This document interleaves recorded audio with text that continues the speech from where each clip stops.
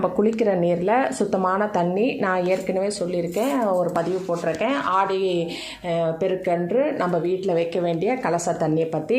அந்த தண்ணி வச்சுடுங்க. அதற்கு முன்னாடி இன்று இரவே செய்தாலும் பரவாயில்லை, இல்லை நாளை காலையில் நீங்கள் செஞ்சாலும் பரவாயில்லை.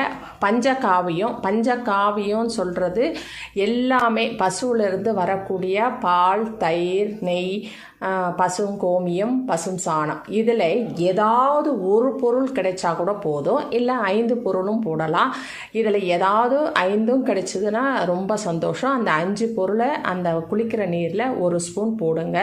போட்டு நீங்கள் குளிங்க.